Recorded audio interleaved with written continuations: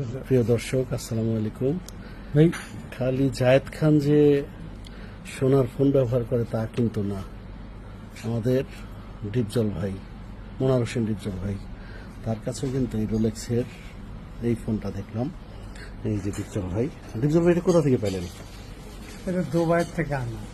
তা আমি তো ভাবছিলাম যে বাংলাদেশে মনে হয় এক পিস শুধু জায়েদ খানই ব্যবহার করে, এখন তো দেখতেছি আপনার কাছে। জাহিদ খানের ওইটা ভিন্ন, এটা ভিন্ন। ঈদ মোবারক। এই ব- ডিপজল ভাইয়ের সাথে এসেছি ঈদের শুভেচ্ছা জানাতে। কেমন আছেন ডিপজল ভাই?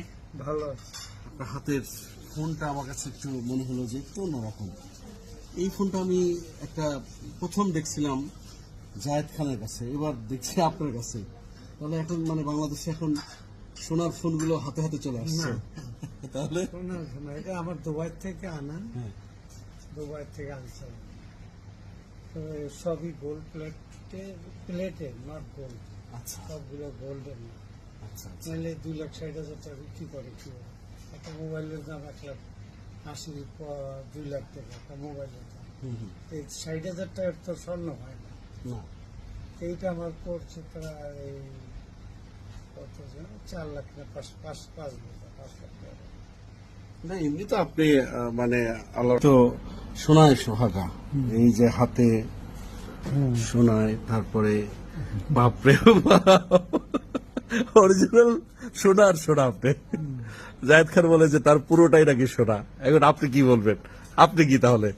ও জাহিদ খান অবশ্যই ভালো ছেলে, বাকিটা আমি জানি না কার সাথে কি করে জানি না, তবে আমার কাছে অনেক ভালো। মনে হচ্ছে যে জায়েদ খান বোধহয় একাই ব্যবহার করে। তো জায়েদ খানের সাথে আপনার পার্থক্য কি? জাহিদ খান ডিপজল। জাহিদ খানকে আমি ছোট ভাই হিসেবে আদর করি। ও তো এখন ব্যস্ত বিভিন্ন নিয়ে, আগে তো প্রায় আসতো, এখন দেখা হয় না লং টাইম।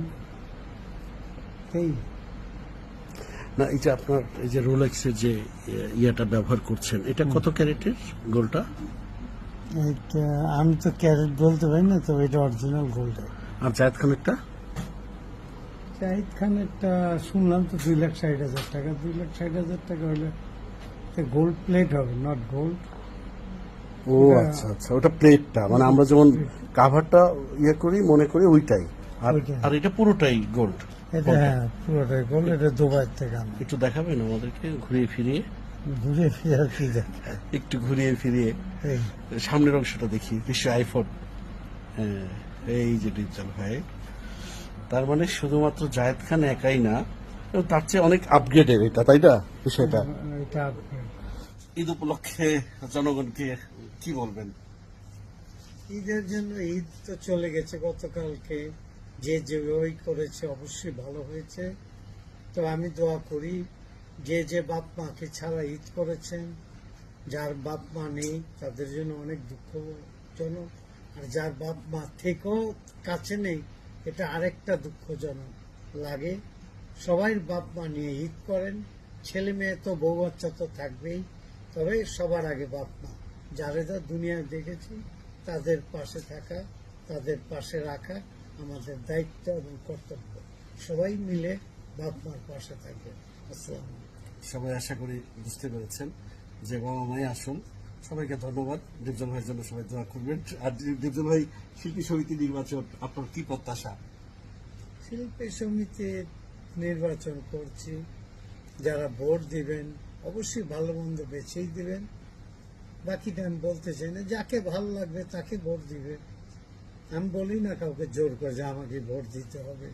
আমাকে ভালো লাগলে যদি আমার দ্বারাতে কোনো দিকে উপকার হয় তাহলে আমাকে দিবে, আর আমি যদি না পারি বোঝে তাহলে আমাকে দেওয়ার কোনো দরকার নেই।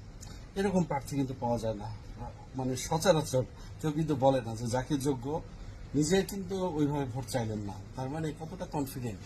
সবাইকে ধন্যবাদ। সবাই দোয়া করবেন আমাদের জন্য। ভালো থাকবেন। আসসালামু আলাইকুম। আর